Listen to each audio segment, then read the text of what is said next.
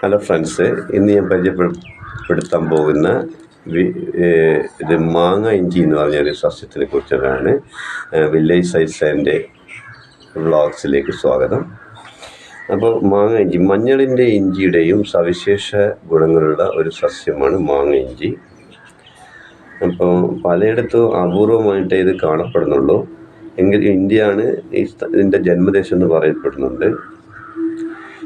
കാഴ്ചയിൽ മഞ്ഞളിൻ്റെ ഇലകളോട് കൂടിയതും അതിൻ്റെ വിള കിഴങ്ങ് രൂപത്തിൽ മണ്ണിനടിയിൽ കാണപ്പെടുന്നു. അപ്പോൾ മെയ് ജൂൺ മാസങ്ങളിലാണ് ഇത് സാധാരണയായിട്ട് കൃഷി ചെയ്യുന്നത്. അപ്പോൾ ചെടികൾ തമ്മിൽ നിശ്ചിത അകലം ഏകദേശം ഒരു 20 സെൻറ്റിമീറ്റർ വിട്ട് നടണം.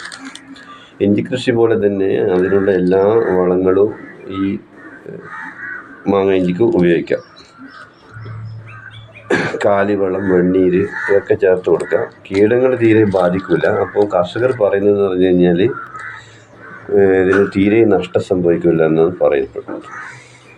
മാങ്ങ ഇഞ്ചി തൊലി കളഞ്ഞ് ചെറുതായി നുറുക്കി ആവശ്യത്തിന് ഉപ്പും അച്ചാർ പൊടി പിന്നെ വിനാഗിരിയൊക്കെ ചേർത്ത് അച്ചാറിട്ടാൽ വളരെ രുചികരമാണ്. ദീർഘകാലം ഈടുനിൽക്കും. അതുപോലെ തന്നെ മത്സ്യക്കറിയിൽ ചേർത്താൽ മാങ്ങയുടെയും ഇഞ്ചിയുടെയും അതേ ഗുണങ്ങൾ ലഭിക്കും. നല്ല രുചിയും ഉണ്ടാവും. ഈ കൃഷിക്ക് പ്രത്യേക പരിചരണം ആവശ്യമില്ല.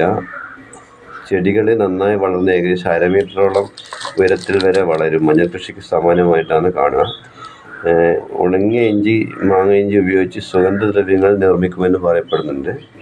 അപ്പം മാങ്ങ ഇഞ്ചിയുടെ വിത്ത് മഞ്ഞളിന് സമാനമായി തന്നെയാണ് ശേഖരിക്കുന്നത്. യഥാസമയം വിളവെടുത്തിട്ടില്ലെങ്കിലും ചെടികൾ അവിടെ തന്നെ മുളച്ചു പൊന്തി വിളകൾ ലഭിക്കും.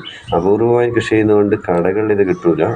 ദഹനത്തിന് സഹായിക്കുന്ന ധാരാളം ഘടകങ്ങൾ മാങ്ങ ഇഞ്ചിയിലുണ്ട്. അതുകൊണ്ട് എല്ലാവരും മാങ്ങ ഇഞ്ചിയുടെ വിത്ത് ശേഖരിച്ചിട്ട് വീട്ടിൽ നട്ടാൽ നല്ലതായിരിക്കും. അപ്പോൾ താങ്ക് യു ഫോർ വാച്ചിങ്. അപ്പോൾ വീഡിയോ അവസാനം വരെ കാണുക. അപ്പോൾ വീഡിയോ ഇഷ്ടപ്പെട്ടാൽ ലൈക്ക് ചെയ്യുക, ഷെയർ ചെയ്യുക, സബ്സ്ക്രൈബ് ചെയ്യുക. വീഡിയോയിലേക്ക് കിടക്കും. മാങ്ങ ഇഞ്ചിയുടെ ചെടി ഞാൻ കാണിച്ചു തരാം.